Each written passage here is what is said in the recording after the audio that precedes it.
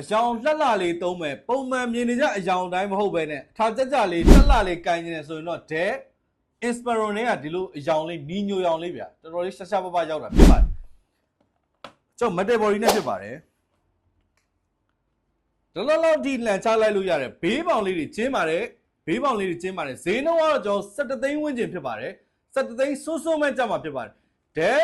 Inspiron ထဲမှာဆိုလို့ရှိရင်ဒီရောင်တွေကတော်တော်လေးမလာတလောက်ဖြစ်တယ်ပေါ့နော်ဒါပေမဲ့အခုရောက်ရှိလာတော့ဒီလိုအထာကြကြလေးဘေးပေါင် narrow bezel လေးနဲ့ရောက်တာဖြစ်ပါတယ် webcam ပါမယ်14လက်မ size လေးကိုဘောင်ချင်းလေးနဲ့ဆိုတော့တော်တော်ကြစ်ကြစ်လေးလေးရှိပါတယ်ဒီကောင်ကတော့17သိန်းဝန်းကျင်မှာဆိုလို့ရှိရင် i5 ကို8 gen RAM 8GB နဲ့ SSD ကလည်း256နဲ့ဖြစ်ပါလိမ့်မယ်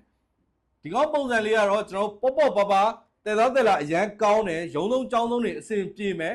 Photoshop နည်းနည်းလုပ်လို့အဆင်ပြေမှာပဲဖြစ်ပါတယ်အယောင်စမ်းကြိုက်လို့ရှိရင်တော့ဒီကောင်လုံးဝယူသင့်တယ်17သိန်းဝန်းကျင်မှာလည်းရွေးချယ်သင့်တဲ့ထဲမှာပါတယ်ဗျာသူကညာဘက်ချမ်းမှာတော့ကျွန်တော် SD card slot ပါမယ် USB port ပါမယ် LAN port ပါမယ်ဒါသူ့ရဲ့ညာဘက်အချမ်းဖြစ်ပါတယ်ညာဘက်အချမ်းကတော့ iPod လေးပါမယ်ဘယ်ဘက်ကတော့ကျွန်တော်တို့ USB 2 port audio jack ပါမယ်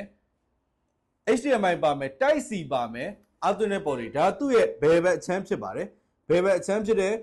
port လေးတွေလည်းတော်တော်စုံစုံလင်းလင်းပါလာလို့တွေ့ရပါတယ်ပြီးတော့အယောင်လေးလည်းမိုက်တယ်တဲသွားတဲလာလည်းအရန်ကောင်းတယ်ဒဲ Inspiron လည်းဖြစ်တဲ့အတွက်ကြောင့်မလို့မဖြစ်မနေရွေးချယ်သိပါတယ်17သိန်းဝန်းကျင်မှာအမိုက်ဆုံးလေးဖြစ်ပါတယ်ဗျအလှဆုံးလေးဖြစ်ပါတယ်ကျေးဇူးတင်ပါတယ်